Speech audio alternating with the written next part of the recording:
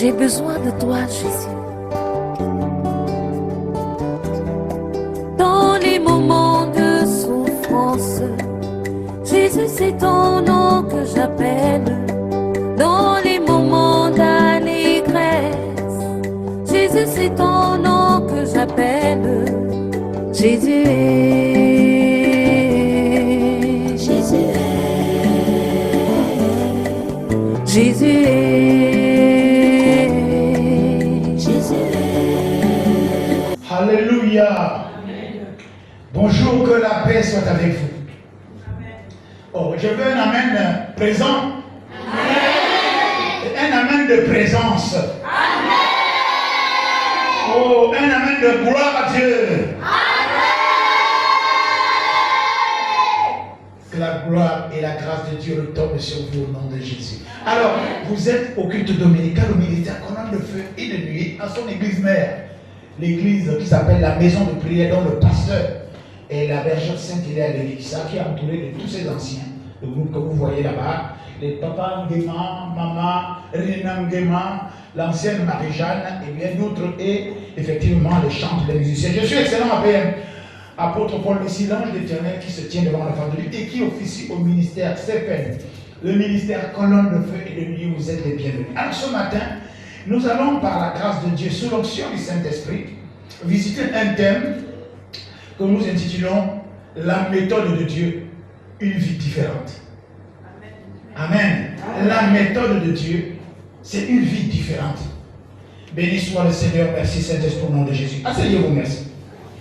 Alors, nous allons prendre pour les versets de base. Ce matin, nous allons lire dans Hébreu. Hébreu d'abord, chapitre 10. Hébreu, chapitre 10, du verset 23 au verset 25. Ensuite, Hébreu, chapitre 10, toujours, du verset 35 au verset 39. Amen. Je lis la parole de Dieu. Hébreu, chapitre 10, au verset 23, il est écrit: retenons fermement la profession de notre espérance, car celui qui a fait la promesse est fidèle. Je veux un amen bien. Amen.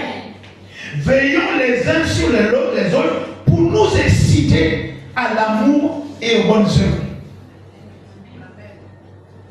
N'abandonnons pas notre assemblée comme c'est la coutume de quelques-uns, mais exhortons-nous réciproquement, et cela d'autant plus que vous voyez s'approcher le jour. Vous voyez s'approcher le jour de la bénédiction. Ça vient. Il y a ton voisin, ça vient. Et nous sautons, nous allons directement au verset 35.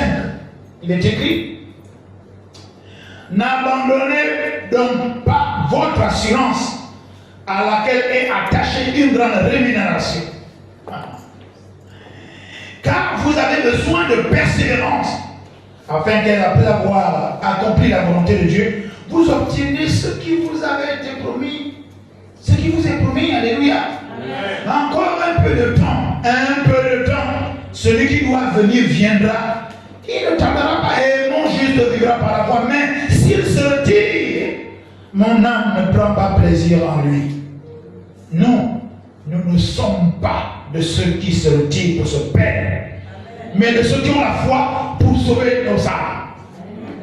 Il me plaît de relire le dernier verset de ce jour, c'est-à-dire Hébreu chapitre 10 au verset 39. J'adore ce verset.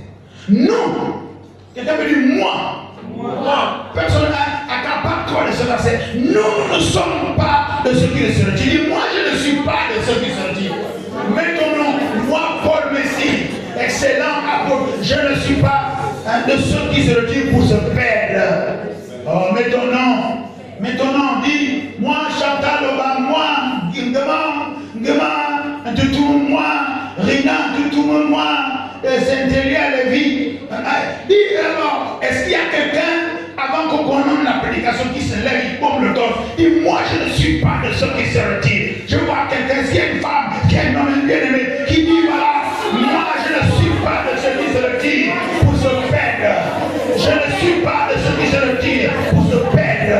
Moi, je ne veux pas me retirer. Moi, je suis assis, je dis bien sur grand pied, mais je ne veux pas me retirer, n'est-ce pas? Alléluia.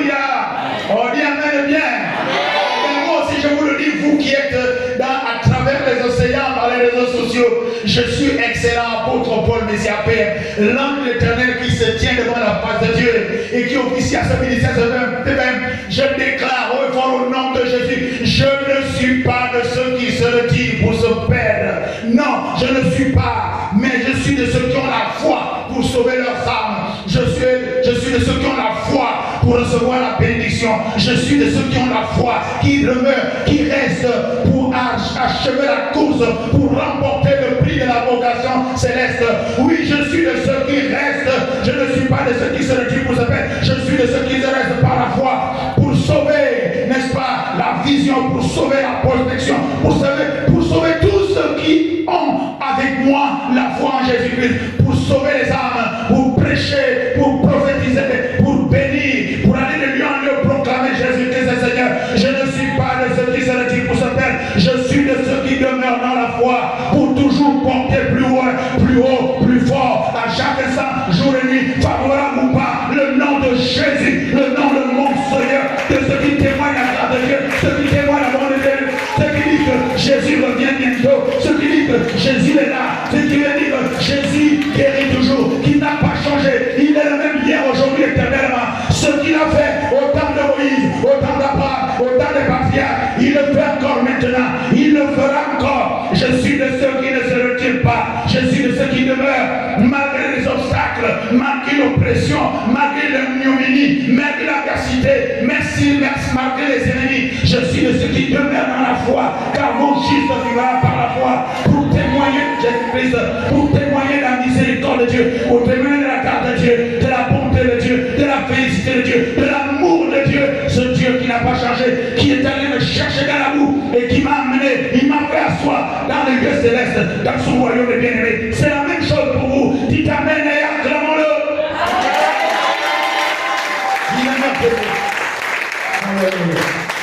Amen. La méthode de Dieu, une vie différente. Dieu a sa méthode. Et la méthode de Dieu n'est pas la méthode des humains. Quel que soit le don et le talent que nous pourrons avoir, même si nous pensons pouvoir réaliser les choses, si la méthode de Dieu qu'il avait prédestinée n'est pas observée, ça ne marche pas. Ce n'est pas parce que nous ne sommes pas bons, c'est parce que nous ne comprenons pas. C'est parce que nous n'obéissons pas, car l'obéissance vaut mieux que les sacrifices et l'observation de la loi, mieux que la crête des béliers. Je crois qu'il est écrit dans 2 Samuel, au chapitre 15, verset 22, il dit que l'obéissance vaut mieux. L'obéissance.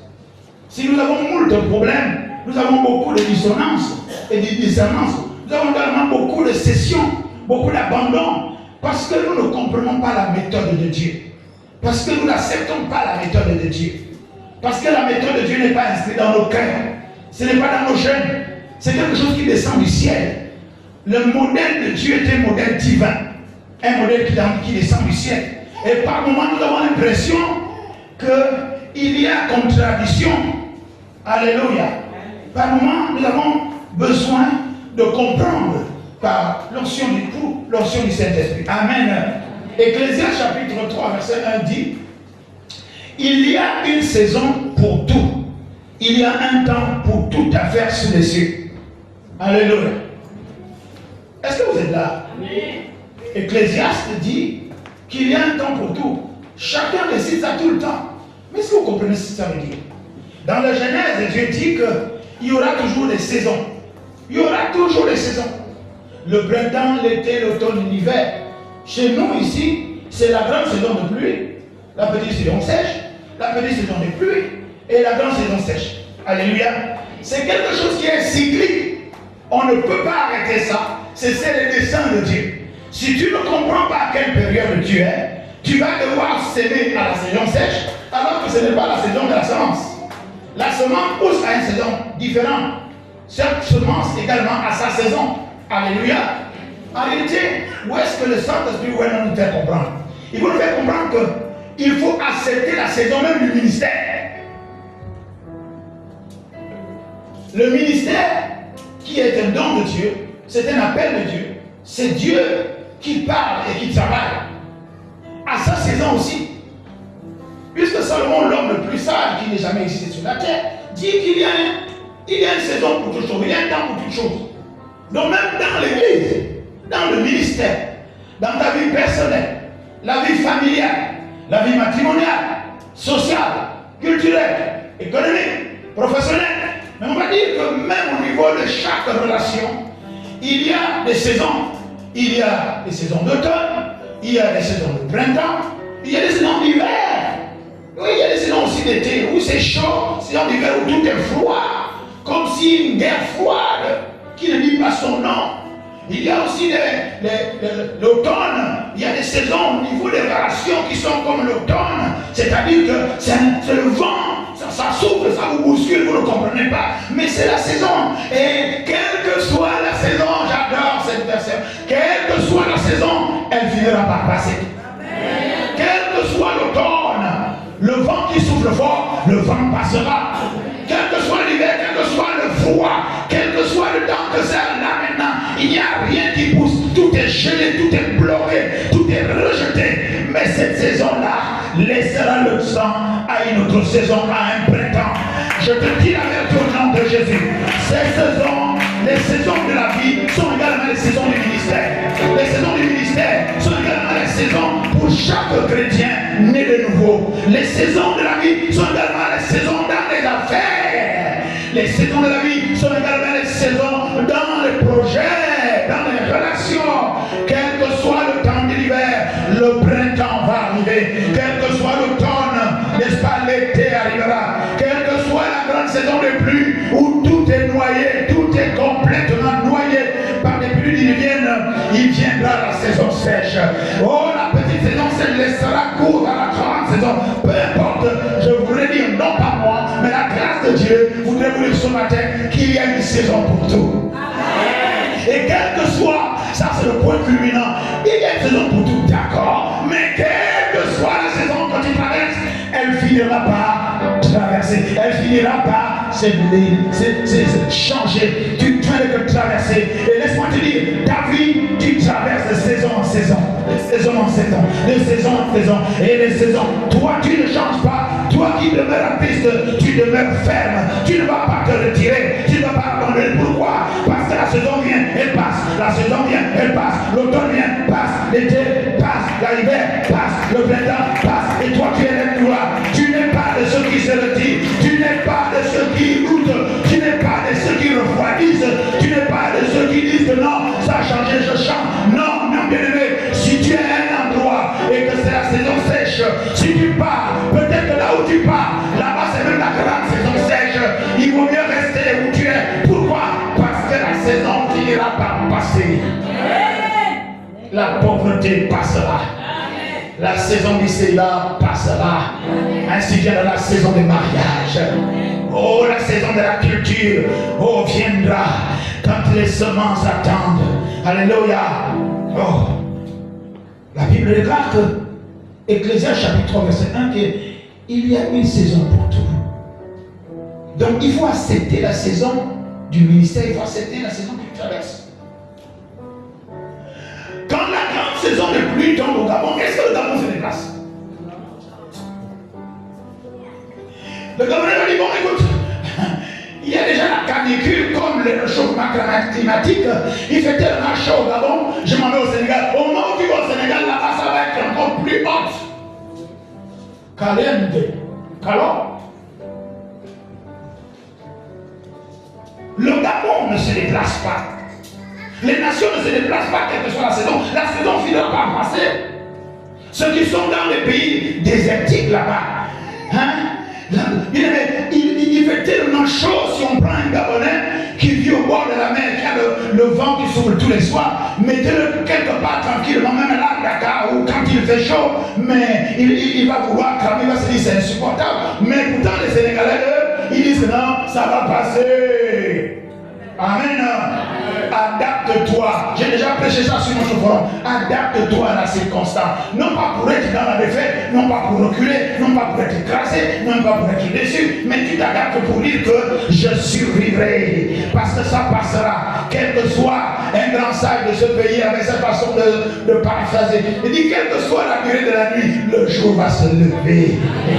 quelle que soit la saison que tu traverses, tu finiras par aboutir, tu finiras par émerger à une autre saison. Alléluia. Amen. Amen. Nous allons parler de beaucoup de choses ce matin, mais dans la même volée. Regardez, le même apôtre Paul, nous allons commencer maintenant, le système de Dieu, la méthode de Dieu. L'apôtre Paul écrit ceci, Philippiens chapitre 4, verset 12. Il dit, je sais vivre humblement, comme je sais vivre dans l'abondance, en tout et partout, j'ai appris à être rassasié et à avoir faim, et à être dans l'abondance et dans le manque. Philippiens chapitre 4, au verset 12. Dieu donne parfois des instructions, on va dire opposées. Le grand apôtre Paul qui a écrit pratiquement les 2/3 du Nouveau Testament. Donc Dieu lui avait ordonné de vivre humblement. Et vous savez l'option qui demeurait sur cet homme, le travail qu'il a battu pour le Seigneur, la grâce dans son appel, dans son ministère. Mais Dieu lui dit, vis humblement où tu dois vivre humblement. Une instruction de Dieu. Il dit, c'est vivre.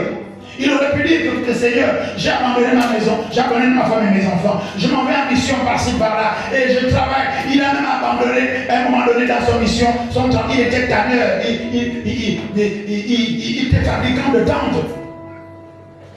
Mais il a dit, il faut vivre humblement. Est-ce que tu peux accepter qu'à un moment donné, tu vis humblement, simplement? Heureux les humbles, car l'humilité précède la gloire.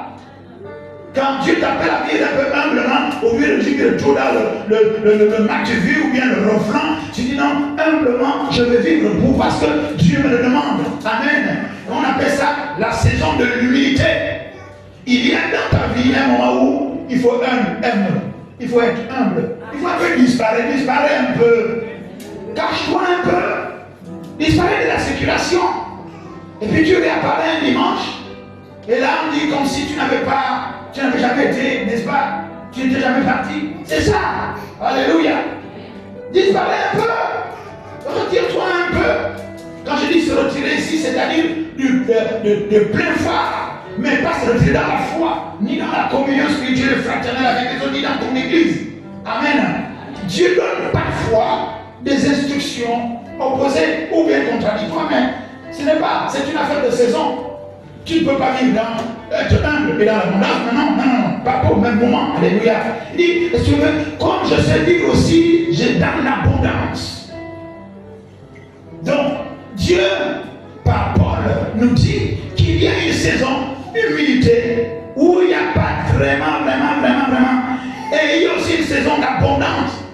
Nous connaissons cette allégorie au niveau de Joseph, au niveau de l'Égypte, où il y avait 7 années de sécheresse et 7 années d'abondance. Donc, ça commence par l'abondance. Et il a pu épargner, il a pu stocker, il a pu emmagasiner. Au moment où, quand le temps de la sécheresse a été arrivé, n'est-ce pas, le manque, tout ce qui manquait, il suffisait simplement d'aller s'adresser à Joseph. Dis Amen bien. Alors, peu importe, est-ce que dans ce moment-là, la question est posée, est-ce que tu es dans la saison de l'humilité? Est-ce que tu es dans la saison de l'humilité? Sache que, quel que soit ce que tu vis en ce moment, ça va passer. Amen. Il dit, je suis aussi venu dans mon âme. Il dit, en tout et partout, j'ai appris à être rassasié et à avoir faim. Oh, yes. Yes. J'ai appris à être rassasié et à avoir faim. Est-ce qu'il y a ici comme moi des gens qui ont déjà embrassé cette situation? Avoir faim. Parce que vous pouvez dire, ah là, papa, lui, bon, c'est vrai qu'il a investi, il a travaillé, il est retraité, il a tout ce qu'il faut. Mais il y a des fins qui ne disent pas leur fin. Et pourtant, qui sont des fins. Je ne parle pas de la faim F-I-N, je parle de la faim du manque, c'est-à-dire la faim, la soif de vouloir consommer quelque chose. Est-ce que vous savez qu'on peut avoir faim d'amour? On peut avoir faim des projets. On peut avoir faim de compréhension. Alléluia. La faim n'est pas, c'est vrai, la faim il manque de la nourriture, c'est vrai. Mais il y a une autre faim. J'ai soif, j'ai faim d'amour. j'ai faim de compréhension, j'ai faim de réussir mon ministère, j'ai soif d'être compris, j'ai faim soif de réussir, n'est-ce pas, telle dimension, à être élevé à tel niveau. Il y a des gens qui ont faim de la réussite, elles ont faim de se marier, ils ont faim de faire des affaires, et ils ont faim de pouvoir commencer à travailler. Ils ont des diplômes, mais ils n'arrivent pas à travailler. Ils ont faim, soit de pouvoir soutenir leur diplôme. Ils sont encore en train. Il y a moult de faim qui nous anime. Alléluia. Mais la Bible dit que cette faim-là est également suivie du fait qu'on s'assied, c'est-à-dire on est rassasié. Toi qui as faim, tu seras rassasié. J'ai une bonne nouvelle de toi. Reste en Christ, reste dans ta foi, reste dans ton église, reste auprès de ton pasteur. Toi, quelle que soit la nature de ta faim, tu seras rassasié. Tu as faim du mariage, tu vas te marier. Tu as faim des affaires, tu feras des affaires. Tu as faim de voyager, tu voyageras. Tu as faim de comprendre, tu comprendras. Tu as faim d'être accepté, tu seras accepté. Tu as faim de la vision, tu auras la vision. Tu as faim de la considération, tu seras considéré au nom de Jésus. Seulement reste. La méthode de Dieu, c'est ça. C'est Paul qui dit. Il explique. Alléluia.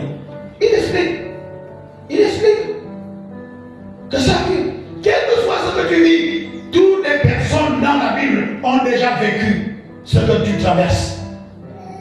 Si tu ne sais pas comment t'en sortir, c'est pourquoi Dieu avait recommandé à Josué, médite ce livre de la loi tous les jours, médite-le tous les jours, afin d'agir fidèlement selon ce qui est écrit. C'est alors que tu réussiras. Tout le monde a faim de réussir. Tu as soif de la réussite, n'est-ce pas, non? C'est alors que tu auras du succès. Tiens, tout le monde avait avoir le succès. Il y a un temps où il n'y a pas de succès, mais il y a un temps aussi où le succès arrivera. Bien aimé, en ce moment, tu n'as aucun succès dans ce que tu entreprends. Tu n'as aucun succès dans le ministère. Tu n'as aucun succès dans tout ce que tu as comme projet. Mais laisse-moi te dire, selon la loi, n'est-ce pas, des saisons, selon la loi qu'il y a un temps pour toutes choses, le manque de succès va succéder à l'abondance du succès, au succès financier, au succès ministère, au succès professionnel, au succès dans la famille. Oh, le manque de succès va succéder à l'abondance de succès dans tout ce que tu entreprendras. Saisis, car le juste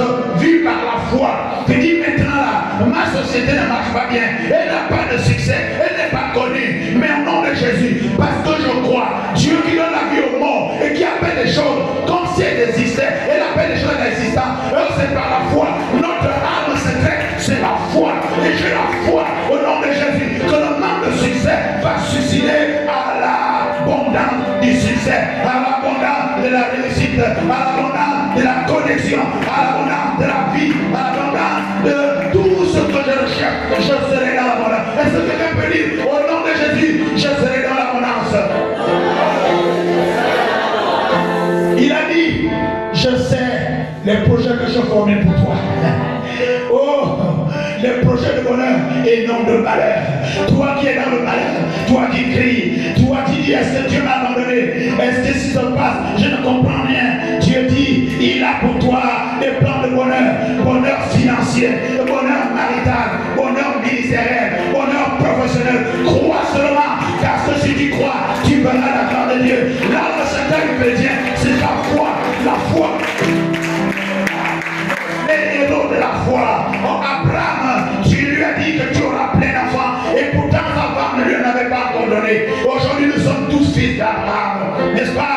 Enoch, il a été enlevé parce qu'il avait cru que Dieu allait l'enlever. Et c'est par la foi que tous ces héros de la foi. Allez lire dans Hébreux chapitre 11, vous allez voir la foi en action. Dis-toi que tu as la foi. Tu as besoin de l'exercer. Tu as la foi. Oh, je n'entends rien. J'ai la foi. Est-ce que quelqu'un peut me dire, papa, est-ce que tu as la foi? Et yeah, j'ai la foi.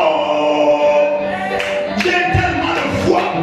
J'ai tellement de foi que cette foi-là, je suis prêt à la distribuer. La foi que j'ai, on peut la couper en deux, elle repousse. On peut l'écraser, elle repousse. La foi, tu veux écraser ma foi, elle va te bousculer. Tu veux couper ma foi, elle est résistante. La foi ferme, parce que Dieu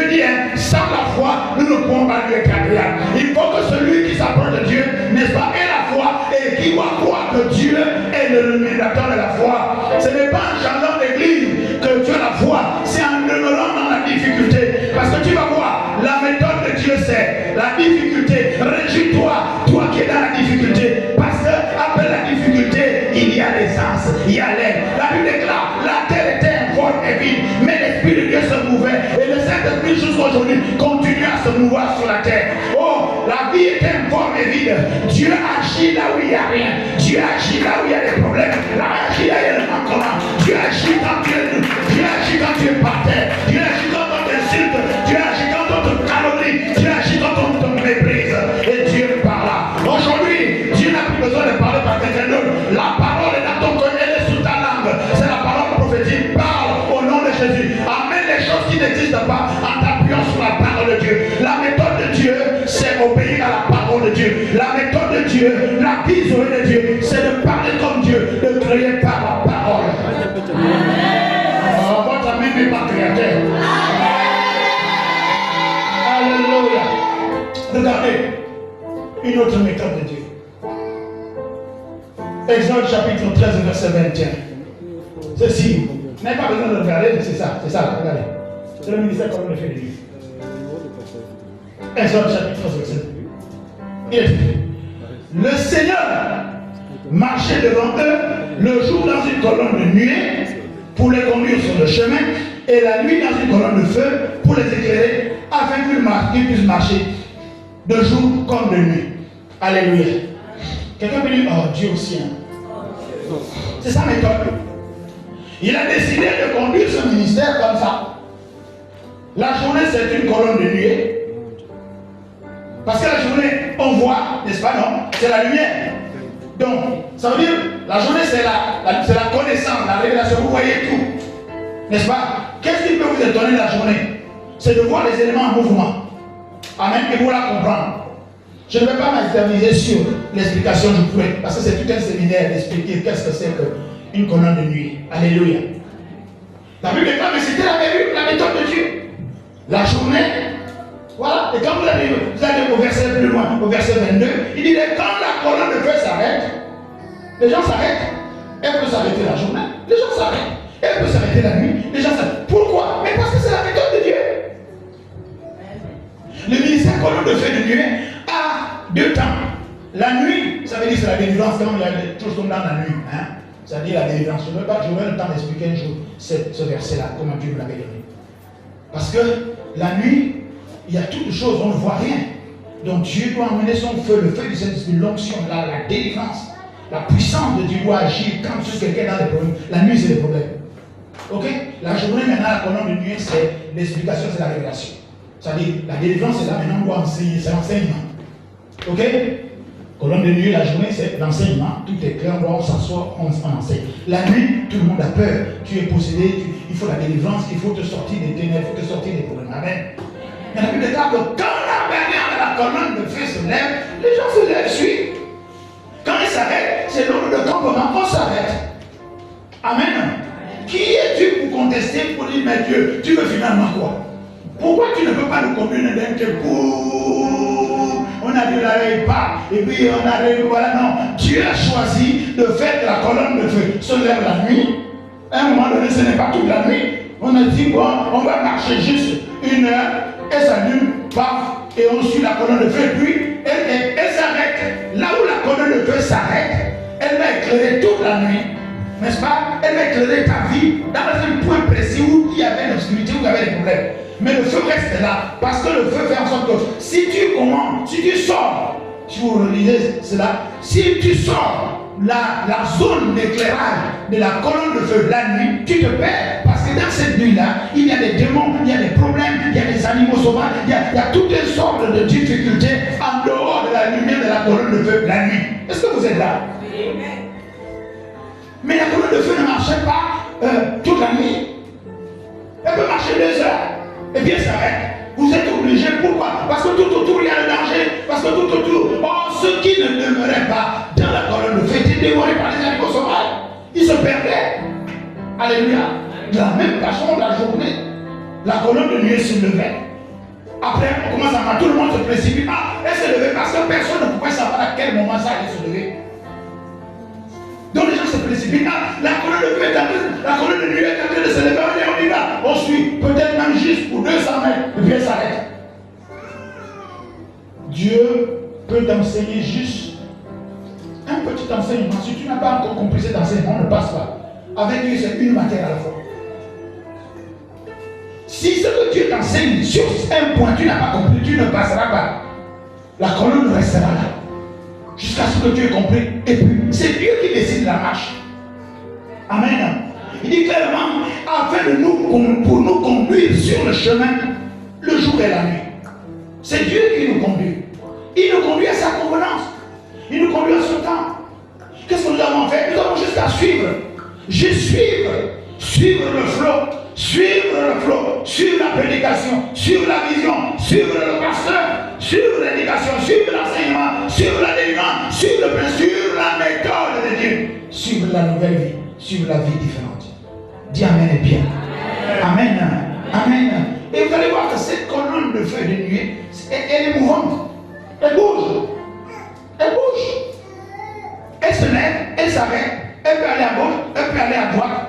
Donc, pourquoi nous ne sommes pas prompts à suivre le mouvement? Amen. Parce que simplement, nous n'avons pas la conviction de la foi de là où nous sommes. Si quelqu'un se retire, ça veut dire simplement, il n'a jamais eu la révélation de là où il est. Il n'a pas la conviction de lui-même. Ça veut dire simplement, regardez dans le livre de Nombres. Des milliers et des milliers de personnes sont mortes parce qu'elles suivent d'autres. Quelqu'un se lève et dit, bonjour, on fait aussi le pas. On va voir si je ne sais pas si on aura c'est le temps. Regardez un homme comme Pierre, qui était le leader, on dit le leader de l'église, après la mort de Jésus. C'était lui le leader. Il dit non, Jésus est mort, voilà, on est perdu, je retourne à ma pêche. Les autres disciples aussi ont dit, allez, retournons. Si on a le temps, on va parler de ça. Donc il y a des gens qui entraînent les autres, à la mort certaine, la Bible déclare qu'ils sont allés à la paix, ils n'ont rien attrapé. Alors que parce qu'il était déjà pécheur, il n'était plus pécheur de poisson. Mais il dit non, je retourne à mes bêtises. Je retourne à ma pensée. Je retourne à mon orgueil. Je retourne à ma façon de vivre. Je retourne à mes principes. C'est souvent les gens qui ont les principes qui aiment retourner à leurs principes. Alors que Dieu a sa vie. Dieu a ses principes. Dieu a ses lois. Il a ses préceptes. Il a ses ordonnances. Il a aussi ses commandements. Est-ce que vous êtes avec moi? On va aller visiter un deuxième pan de cet enseignement. Amen. Regardez Apocalypse chapitre 5, versets 5 à 6.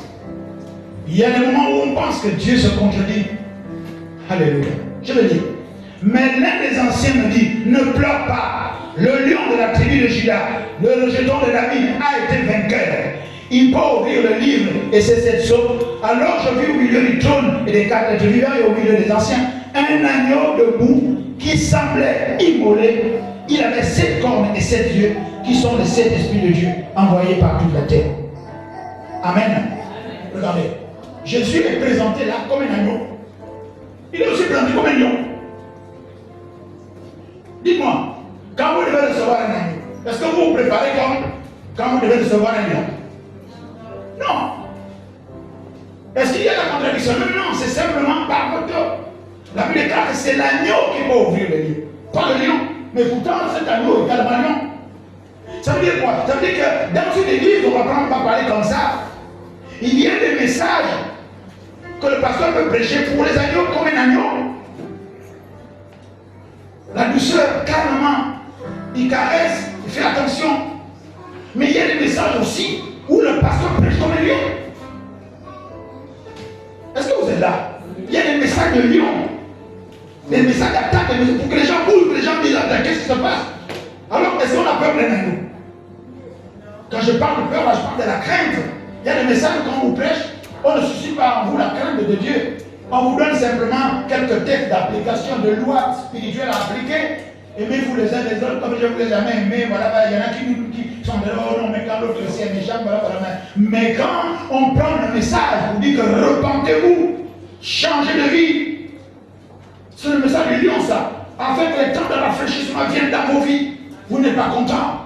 Quand vous dites cessez de calomnier, quand vous dites cessez de critiquer, quand vous dites arrêtez de fréquenter les gens qui critiquent et qui font sortir les gens de l'église, ça c'est le message de lion, ça, vous n'êtes pas d'accord. dit, oh non, non, c'est lui qui m'avait amené. Non, non, non, non, non. Il est l'agneau, il est aussi. Regardez le peuple d'Israël. Il voulait, n'est-ce pas, un sauveur. Hein? Il voulait un sauveur, non? Ils ont prié, ils ont gêné. Mais quand Jésus apparaît, il apparaît comme l'agneau qui ôte le péché du monde, qui porte le bouc émissaire, qui porte tous les péchés, le bouc qu'on frappe, qui va hors du temps pour apporter, pour que le châtiment qui donne la paix tombe sur nous, et par les meurtrissures, nous sommes guéris. Mais qu'est-ce qu'ils ont fait? Quand Jésus est venu en eux comme un agneau, ils l'ont tué. Alléluia. Quand un pasteur prêche gentiment, pas calmement, il parle les choses tranquillement, il n'ose pas le ton pour imposer une doctrine, pour imposer la loi de Dieu, pour imposer un principe, pour imposer, n'est-ce pas, ce que Dieu dit. Là, maintenant, là, non, pourquoi il parle ça, pourquoi il parle ça, pourquoi il parle comme ça, pourquoi il parle comme ça, là. Non, le pasteur est en même temps agneau, il est en même temps aussi lion. Tout dépend du temps, tout dépend de la saison, tout dépend de la méthode, tout dépend de ce que Dieu veut faire véhiculer. Et là, nous sommes à l'Apocalypse, là, nous sommes au ciel. Au ciel, s'il vous plaît. Oh, là, nous sommes au ciel, c'est ce que je viens de lire là. Apocalypse chapitre 5, verset 5 à 6. Les 5 vieillards, les 24 vieillards qui sont autour du trône. Jean était Dieu du monde, il pleurait, il n'y avait personne pour ouvrir un seau. Et pourtant le lion, et pourtant l'agneau c'est la même personne, mais c'est l'agneau qui devait ouvrir le seau. Alléluia. La Bible déclare quand Jésus reviendra, il sera maintenant un lion. Parce que chacun devra rendre compte. Alléluia. Donc, il faut la méthode de Dieu. Il y a les deux choses là. L'abondance, la disette aussi. Le lion, il y a aussi l'agneau. La douceur, il y a aussi la puissance, la force. Alléluia. La saison des ministères, c'est ça. Tu peux avoir l'abondance. Et puis les gens sont bons. Ils savent pourquoi ils sont partis. On va parler de ça. Alléluia. Je peux encore avancer. Vous voulez que j'avance ou bien j'arrête déjà? La Bible déclare que Marc chapitre 7 verset 12. Après cela, il se manifesta sous une autre apparence à deux d'entre eux qui allaient à la campagne. Amen. Ça c'est la résurrection. Ok? Jésus est ressuscité. Deux vont à Emmaüs. Il leur a dit allez en Galilée, c'est là-bas qu'on va se retrouver. Et en plein, ils vont en train de discuter. Ils vont à Emmaüs. Et la Bible déclare il s'est présenté à eux à comment? Il se met sous une autre apparence. Sous une autre apparence. Votre pasteur est là. Il y a un moment, je pose le ton, je dis, tu es pasteur. Sur ce coup-là, tu n'as pas besoin d'être gentil. Tu dois être le lion de la tribu de Juda. Quand il y a la familiarité, quand quelqu'un vient dans son pasteur, il t'apporte son ça à l'épaule. Attends, c'est quoi? On est des amis, on est des potes depuis quand ça? Alléluia. Et je combats ça. Même moi, je suis de la chair comme vous. Mais je ne permets même pas à mes parents. Non. Je ne permets ça aux gens qui comprennent. Alléluia. Moi, je présente avec mon parent. Ça, c'est mon parent de sang. Il sait au moment où on est dans la chair, on rigole, on présente, blablabla. Il sait aussi que c'est un moment donné. Là, c'est à peine. Je veille particulièrement sur toutes mes filles là. Je dis, attention, grâce. Ça c'est ta grande soeur, c'est le pasteur. J'ai dit à Sandrine, attention, hein. C'est vrai, on est à la maison même, hein. Ça peut facilement glisser. C'est la grande soeur, c'est la maman, parce que la grande soeur, c'est la maman. C'est aussi le pasteur, donc c'est compliqué là, hein. Donc fais attention. Honore ta grande soeur, honore ta mère. Pourquoi tu regardes chrétien? Cette fin de mois là, tu as donné quoi? Je le lui dis, hein. Mais il faut la gâter là. Il faut donner ce qu'elle a envie de manger. Hein? Le vin nous cathédrale est. Voilà. Je n'arrive pas à croire que j'ai dit ça. Saint-Esprit, pourquoi tu m'as dit aussi à l'international? C'est dit. Ce qui est dit est dit. Allez, voilà. Alléluia. Eh bien, attendez, on aurait mon pasteur. Moi, je suis déjà mort. Que très bien. Mais encore, c'est un temps que je le dis. Parce que souvent, j'ai toujours dit que Dieu m'a mis au large, mais nous allons le voir. Ce n'est pas bien de dire ça. Parce que l'homme de Dieu doit vivre de ce que vous lui donnez. Ce n'est pas parce que j'ai tout ce qu'il me faut. Ah, est-ce qu'on va dire, tiens, je vais me chercher ça. Dieu, il se sous une autre forme. Alléluia.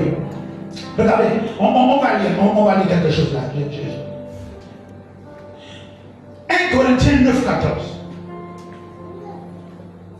1 Corinthiens 9, 14. De même aussi, le Seigneur a prescrit que ceux qui annoncent la bonne nouvelle vivent de la bonne nouvelle. C'est quelque chose qui a été institué de manière permanente. Votre pasteur doit te payer. Il doit vivre de l'évangile. Oh! C'était comme quel jour nous sommes dans un travail de tout le mois de mai, tous les soirs, prière ici avec le pasteur, avec ceux qui viennent. Tous les soirs, le feu doit rester allumé tout le mois de mai pour préparer la Pentecôte, traverser la Pentecôte. Tous les soirs, tout le mois de mai. On arrive à la Pentecôte, on enchante la Pentecôte tous les soirs. Et je conduis la prière moi-même tous les soirs. Alléluia. Au moment où on était dans la prière, mais bien aimé, vous qui êtes dans les nations, vous ne connaissez pas ce qu'on appelle la guisor. Guisor, c'est un manioc spécial et particulier. Pendant qu'on était en train de prier, moi j'étais dans le jeûne, j'avais faim, j'étais en train de prier et je devais, je crois, couper le jeûne autour de, toujours après 20 heures. Je vois une maman qui dépose là à nos pieds ici tout un paquet de manioc à Nizor. Donc du coup je priais et je pensais ce qu'Anisor va me faire tout à l'heure. J'ai dû commencer à parler en langue parce que je ne voulais pas que mes pensées soient perturbées par Anisor. Et donc j'avais le cœur là-bas. Désormais, quand je priais, je marchais maintenant comme ça là. J'ai dit, je ne dois pas regarder Anisor. Je marche comme ça là. J'arrive ici, je tourne. J'ai dit, pas d'Anisor dans mes pensées. Anisor dehors. Donc voilà. Donc je me disais, qui a suscité à ce moment-là? Tiens. Savez-vous que la Bible, ce n'est pas seulement l'argent. Hein? Quand tu payes 10 bâtons de manioc, un bâton doit venir à l'église. Est-ce que tu connais ça? Est-ce que tu es là? Toi qui as une perruque, la 10e perruque qui est ici. Vous voyez, je suis chaud. Pause, il y a une perruque humaine et une masculine, n'est-ce pas? Alléluia. Votre pasteur de perruques. Hein? Les tissages, vous avez 10 tissages, 10 mèches de tissage. Les femmes qui ont les cheveux de feu là, mettez le feu aussi sur la tête de votre pasteur. Allez, la vie comme ça a l'air de rien, mais ce n'est pas moi, c'est poussé par le Saint-Esprit. Amen. Je vais m'enfoncer encore plus là-dedans et je vais dire autre chose. Alléluia. Regardez, Matthieu chapitre 10, verset 9 à 10. Matthieu chapitre 10. N'acquérez ni or, ni argent, ni monnaie de bronze pour l'emporter à la ceinture, ni sac, ni pour la route, ni deux tuniques, ni sandales, ni bâton, car l'ouvrier mérite sa nourriture. L'ouvrier mérite son salaire pour le bien que la bergère vous fait, pour les prières, les temps de veille, les temps de jeûne. Alléluia. Pas, je ne dis pas pour m'ennuyer, non. Je n'ai même pas bien besoin de vous le dire. Je suis dans un jeûne de 40 jours, là, 40 jours, seul. Je prie avec ceux qui prient avec moi, mais moi je suis seul dans le jeûne 40 jours. Alléluia. Vous voyez qu'il me manque quelque chose? Vous voyez ça pas du tout, hein? C'est pour l'œuvre parce que Dieu me dit viens me trouver. C'est tout. Et c'est pénible. Amen. Regardez, 1 Corinthiens 9, 13, 14. Ne savez-vous pas que ceux qui assurent le service du temple sont nourris par le temple? Que ceux qui servent l'autel ont part à ce qui est offert au autel. De même aussi, le Seigneur apprécie que ceux qui annoncent la bonne nouvelle vivent de la bonne nouvelle. Oh, personne ne dit amen. Regardez, cette petite femme, votre maman, votre pasteur, la Bible déclare que vous devez la nourrir. Elle doit percevoir un salaire, mais pour l'instant, le salaire. Parce que ce qui est donné, maman, les chars de l'église bouffent tout. Donc, on devrait avoir dans cette église des groupes de personnes qui se lèvent et disent bon, ce mois-ci, on fait le marché. Mais je peux vous certifier, hein, moi les miens ont déjà compris. Hein. Tous les mois, je suis dans l'abondance de ce que j'aime, dans les mains délicats. Je ne vous dis pas. Oh. Mes anciens ont compris, hein. Et je m'engage au nom de Jésus à prier à tout moment, à crier leur nom, pour que eux aussi, l'argent qui servent, n'est-ce pas, à elle, que ce soit ma fille, que ce soit la bergère, que ce soit semblé, les miens ont déjà compris. c'est où ça? Oh non, non, non. Oh non, mais Dieu, c'est délicat. Papa, on sait que papa, c'est ça qu'il faut pour le petit déjeuner. Quand il vient d'agir, il dit rien du tout. Mais dans le secret, je crie à l'Éternel. Mais qui? Waouh! Souvent Dieu demande qui enverrai-je pour s'occuper du pasteur? Qui enverrai-je? À qui? Amen. Je voudrais rassurer également tous ceux qui sont disposés. Jésus a bouleversé le monde entier jusqu'au jour avec 12 personnes. Il avait beaucoup de disciples. Hein? Les disciples sont différents des apôtres. Les apôtres ont été pris dans le lot des disciples. Il avait 70 jusqu'à 120 plus que ça, n'est-ce pas, non? Mais il a choisi 12 apôtres dans les 70 disciples d'abord, ensuite les 120 tout le reste. Les 12 apôtres ont été choisis dans les disciples. Pourquoi pas vous? Pourquoi pas vous? Qui peut se lever un matin et dire tiens, allez, je fais moi-même mon marché, je le parle comme ça, ce n'est pas qu'il nous manque la nourriture, mais je parle à cause de la parole de Dieu qui nous le dit. Que celui qui exerce dans le temple est nourri par le temple. Vous qui êtes le temple, nourrissez la personne qui prescrit, qui travaille dans le temple. Le temple, c'est vous, c'est moi, n'est-ce pas? Vous devez donc nourrir la personne qui travaille dans le temple. C'est écrit, non? Oh non, je relis la parole de Dieu. Oh, la Bible déclare que c'est celui qui annonce la bonne nouvelle, vit de la bonne nouvelle, celui qui est dans le temple, vit du temple. Votre amen n'est pas un amen du temple. Oh, votre amen est bien fatigué. Alléluia. Amen. Je termine de ce tournant, puis on va avancer. Hébreux chapitre 7, verset 5. Écoutez bien. Et c'est là que beaucoup de gens se perdent. La Bible dit, ceux des fils de Lévi qui reçoivent le sacerdoce, qui ont d'après la loi, commandement de prélever la dîme sur le peuple, c'est-à-dire sur leurs frères, leurs soeurs, qui sont pourtant issus du même règne qu'Abraham. C'est-à-dire Hébreux chapitre 7, verset 5. Ça veut dire que ceux qui sont le pasteur et ceux qui sont au sacerdoce, ils ont un commandement. Ils sont obligés, Dieu leur commande de prélever la dîme. Alléluia. Qu'est-ce qu'ils font? Ils obéissent. Et quand on vous demande la dîme, vous commencez à rigoler, vous commencez à parler ceci, vous commencez à dire, moi j'ai tel problème. Mais ça vient de Dieu. C'est un commandement divin. Je viens de lire ça, Hébreux chapitre 7, verset 5, dans la Nouvelle Alliance. Ils ont commandement. Ça veut dire que si elle aussi elle ne demande pas, elle est dans le péché. Si elle le commande, Dieu commande. Oh, c'est un commandement de Dieu, comme les 10 autres commandements. En fait, ceux qui sont suffisamment ancrés dans la parole de Dieu savent qu'il n'y a pas de commandement. En fait, chaque parole de Dieu est un commandement. Votre amen est un amen de ceux qui ne donnent pas. Oh! Quelqu'un a dit aïe. Donc ça fait mal. D'accord. Ok. On enregistre que ça fait mal. Bon, amen. Amen. 1 Samuel 15, 22, le Seigneur a dit qu'il vaut mieux écouter, mieux vaut les sacrifices, mieux vaut obéir que les sacrifices. Prêtez attention, vaut mieux que effectivement la graisse de Dieu. Amen. Oh, les gens sont bien fatigués, vous ne voulez pas entendre cette histoire-là. Bon, on va rebondir. C'est quand même incroyable. L'œuvre de Dieu avance avec les moyens. Vous êtes dans une salle climatisée, n'est-ce pas, non? Vous n'êtes pas à l'aise là. Maintenant on arrête les clims, on ouvre le bain, non? Vous êtes à l'aise. Mais votre foi est la dimension de vos offrandes. Ou plutôt, vos offrandes sont la dimension de votre foi. Ne vous inquiétez pas. C'est-à-dire même si vous estimez qu'on n'est pas nombreux, c'est vous qui le dites. C'est ce que Géasi pensait quand il était, n'est-ce pas, en croisade avec Élisée contre les 5 rois. Élisée a prié, il a dit Seigneur, ouvre-lui les yeux.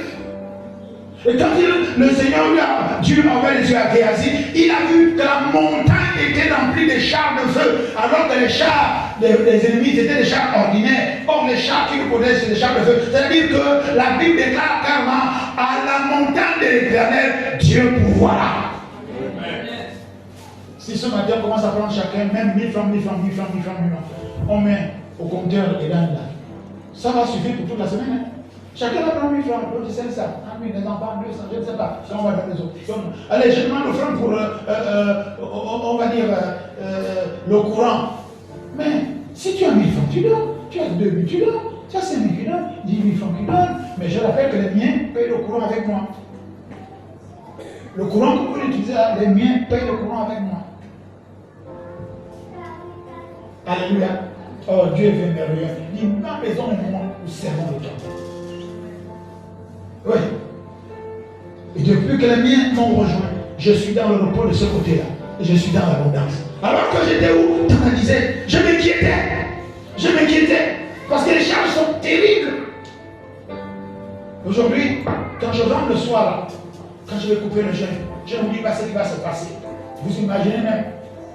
Vous imaginez? Si je dis ça à l'international, parce que vous êtes trop, vous allez commencer à dire, oh la pauvre, elle dit comme ça. Non, non, non. Ceux qui ont l'esprit comprennent seulement. Quand j'arrive à la maison, une autre onction m'attend. Oh. Gloire à Dieu. Oh, attendez le Seigneur, dis-moi amen.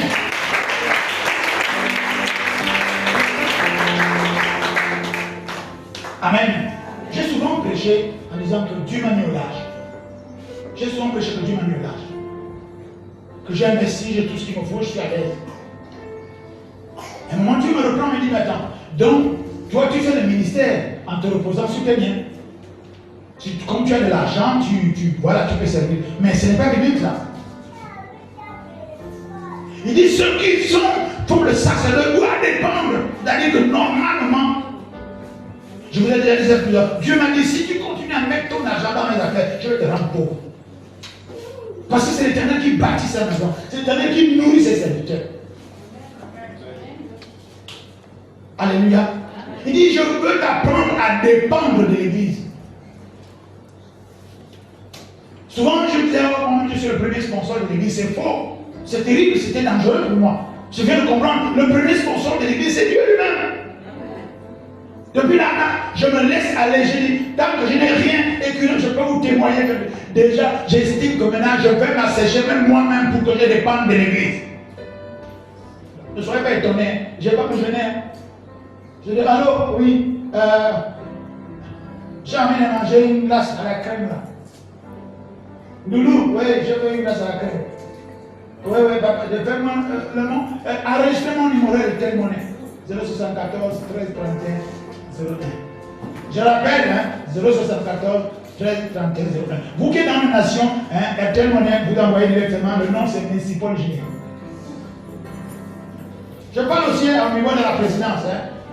Dans l'international. Monsieur le Président, pourquoi vous ne ferez pas un intermédiaire? Comme on vous appelle affectueusement Yali. Yali, faites-moi une telle monnaie 074 13 31 01. 074 13 31. Oh, monsieur le Premier ministre, monsieur le Premier ministre, excellent monsieur le ministre, vous êtes chrétien né de nouveau. Nous avons suivi votre témoignage, plus de 33 ans, Dieu est tiré à la preuve, vous êtes béni, vous êtes béni. Faites-moi une telle monnaie. Je suis au sacerdoce, 074 13 31 01. À bon entendeur, soyez bénis. Amen. Continuons cette histoire. Amen. Mais la Bible déclare, on va aller maintenant dans l'accent du sujet en quelques minutes. Donc, Hébreux chapitre 10. Ce n'était pas une boutade, c'était pas pour rigoler. On ne peut pas être sur le pupitre de Dieu rigoler. Je veux vraiment que vous me fassiez une telle manière. Monsieur le Président. Respect. Hébreux chapitre 10, verset 23, il est écrit. Retenons fermement la profession de notre espérance, car celui qui a fait la promesse est fidèle. Amen.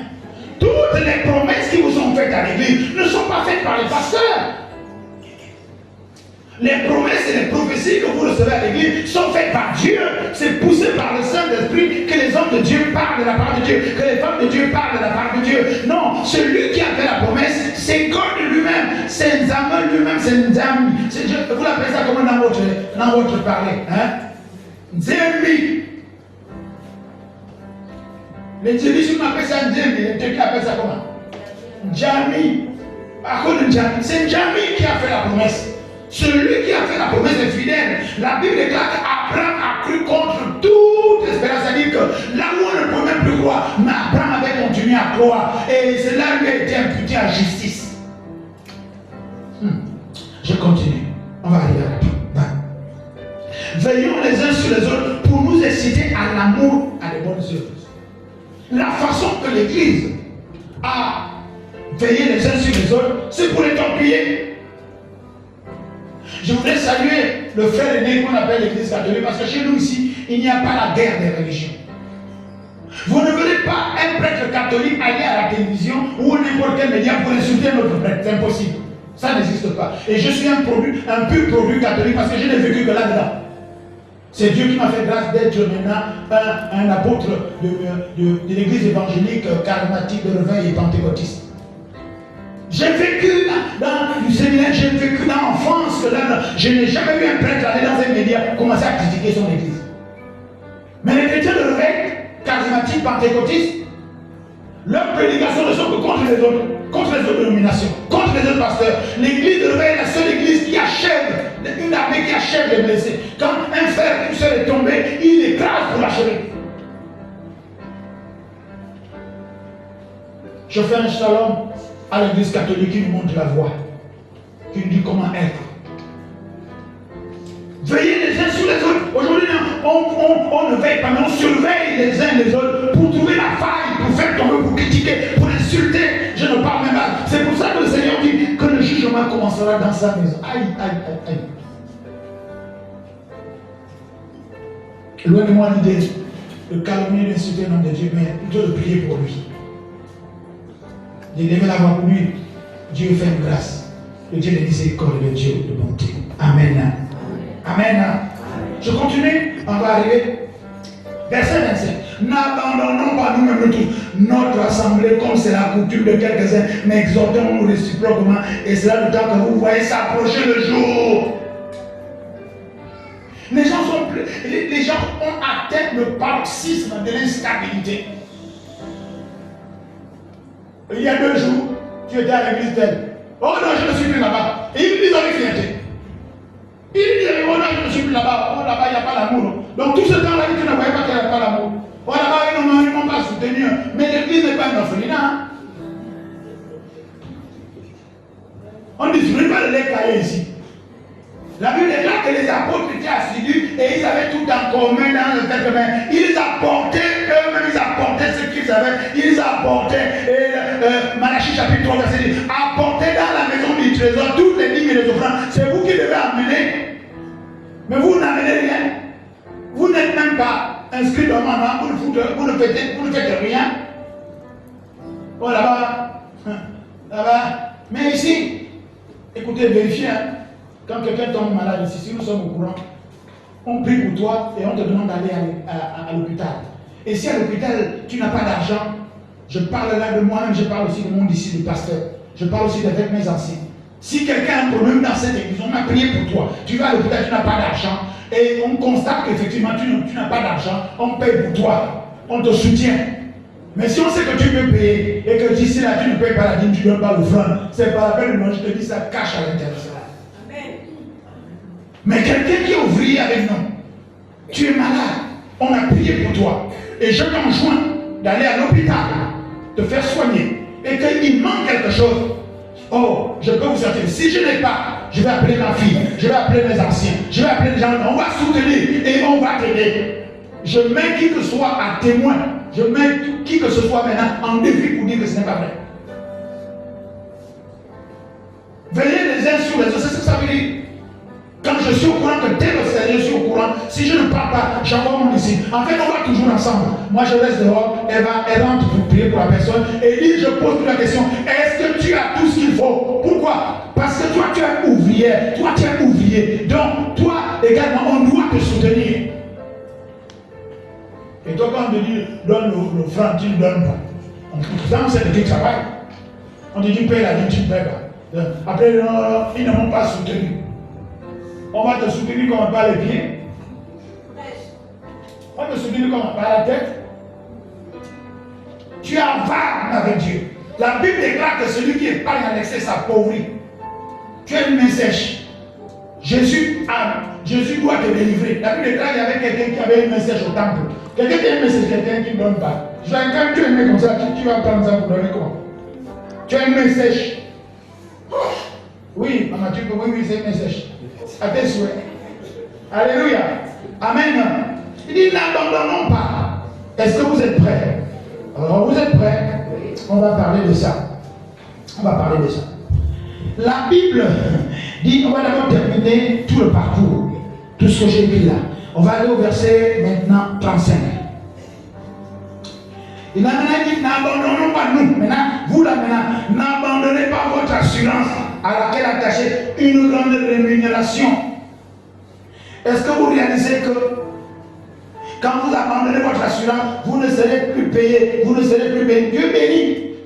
Notre Dieu bénit. Dis amen bien. Oh, votre amen n'est pas un amen de bénédiction. Amen. Encore plus fort. N'abandonnez pas votre assurance, votre foi. Parce que la foi c'est quoi? La ferme assurance. Donc n'abandonnez pas votre ferme assurance à laquelle attachez un nombre de waouh, donc Dieu me paye en fonction de ma foi, pas la foi de quelqu'un d'autre. Est-ce que tu es là? Dieu te paye en fonction de ta foi. Et j'aime cette partie-là parce que l'intensité ou le degré de ta foi va provoquer chez Dieu une rémunération particulière. Tu auras un grand salaire avec une grande foi. Tu auras un petit salaire avec une petite foi. Tu auras un salaire d'argent de maîtrise avec une foi de maîtrise. Tu auras un salaire de subalterne avec une foi de subalterne. On dit amen bien. Oh, votre amen n'est pas bon. Non, votre amen n'est pas bon.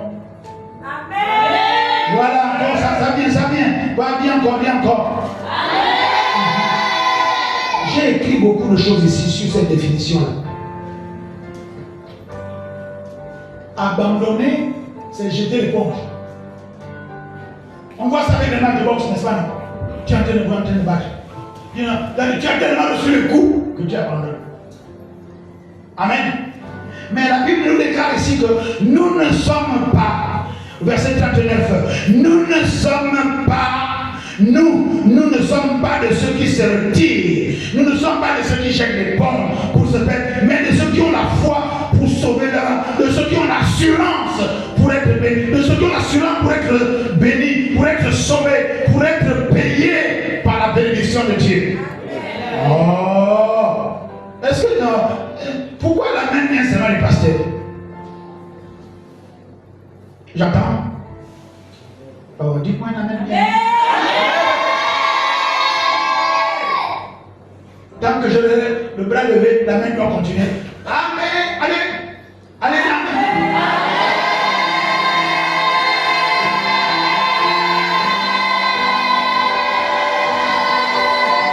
Alléluia, acclame le Seigneur.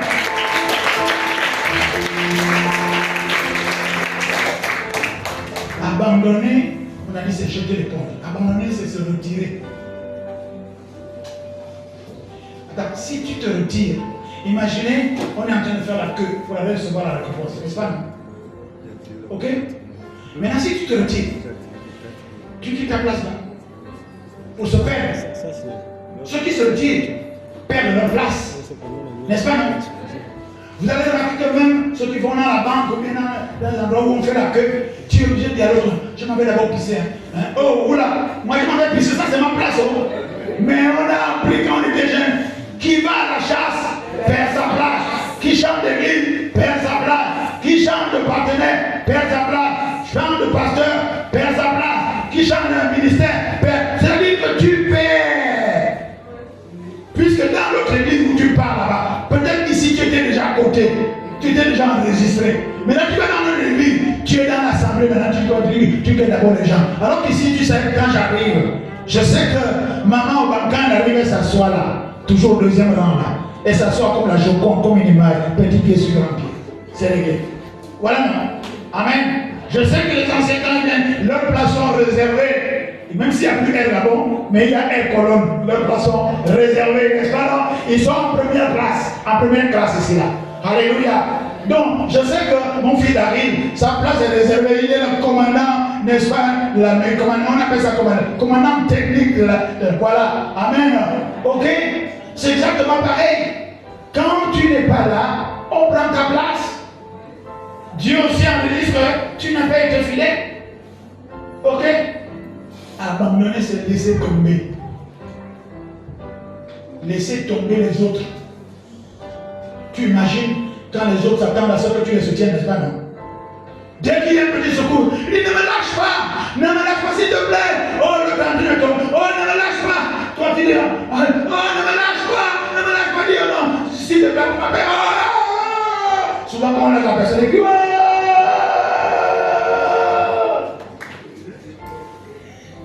Toi qui étais à un poste dans la nuit d'église, tu as lâché les chantes sont en train de dire, oh.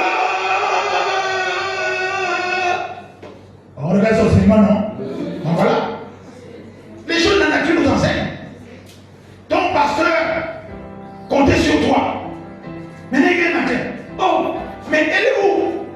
Le pasteur crie, oh, tu m'as laissé tomber.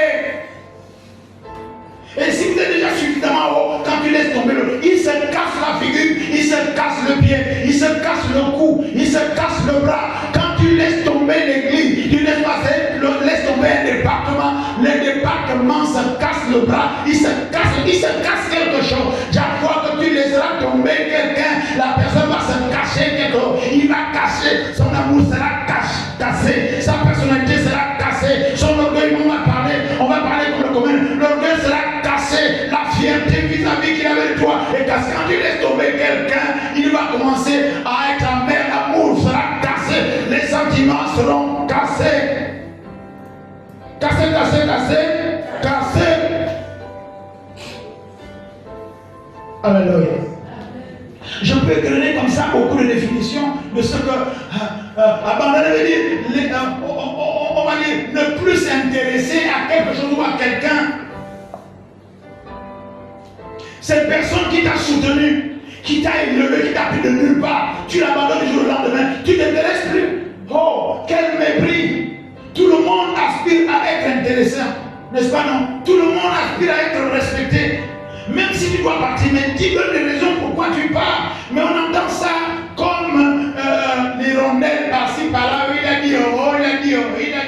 Les hirondelles qui en ont le printemps, d'autres ils sont les baptêmes pécheurs en eau trouble, d'autres je ne sais pas trop quoi. Mais attendez,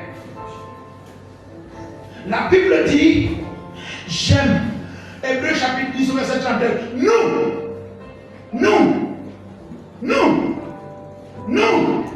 On dit ça comment enfant?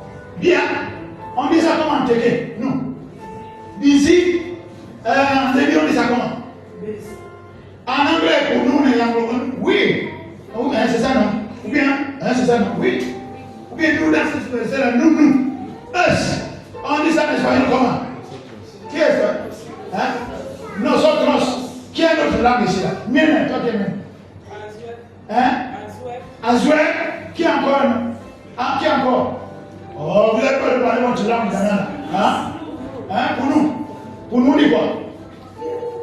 Pour nous. Igouji. Nous, la Bible dit Igouji. Et nous, c'est Igouji. En langue, c'est le nom pour nous de chez Igouji. Nous ne sommes pas Igouji de ceux qui abandonnent. On ne se retire pas. Igouji ne se retire pas. Bien, non, bien. Donc on ne laisse pas tomber les autres. Oh, attendez, je veux voir les hommes et les femmes qui se lèvent. Moi, je ne laisse pas tomber les autres. Oh, dis-moi, je ne laisse pas tomber les autres. Je ne laisse pas tomber mon pasteur. Je ne laisse pas tomber l'apôtre. Je ne laisse pas tomber le ministère. Je ne laisse pas tomber le Seigneur. Écoute, mais écoute, ne laisse pas tomber le ministère. On acclame le Seigneur. Amen. Je ne laisse pas tomber, asseyez-vous. Je ne laisse pas qu'on a fini. Je ne laisse pas tomber mon frère. Je ne laisse pas tomber ma soeur. Je ne laisse pas tomber mon pasteur. Je ne laisse pas tomber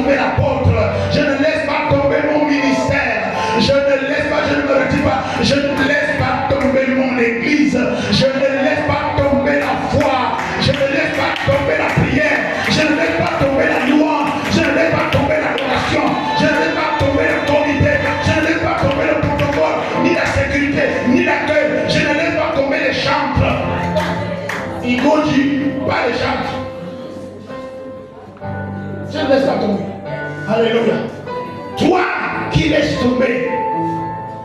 Tu pars, mais en laissant des choses cassées, des personnes cassées, l'amour cassé. Alléluia. Nous te pardonnons. Nous te pardonnons. Nous ne sommes pas de ceux qui se retirent pour se perdre. Nous sommes de ceux qui ont la foi pour sauver. Alléluia. Nous sommes de ceux qui ont la foi pour pardonner. Nous sommes la foi. Nous sommes de ceux qui ont la foi pour la compassion, la miséricorde. Père, pardonne-leur. Ils ne savent pas. Ils ne savent pas ce qu'ils font. Ils ne savent même pas ce qu'ils disent. Ils ne savent pas où ils vont. Parce que la Bible dit qu'ils vont pour se perdre. Ils ne savent pas où ils vont. S'ils savaient qu'ils allaient pour se perdre, ils ne le feraient pas. Amana. Oh, Maranatha,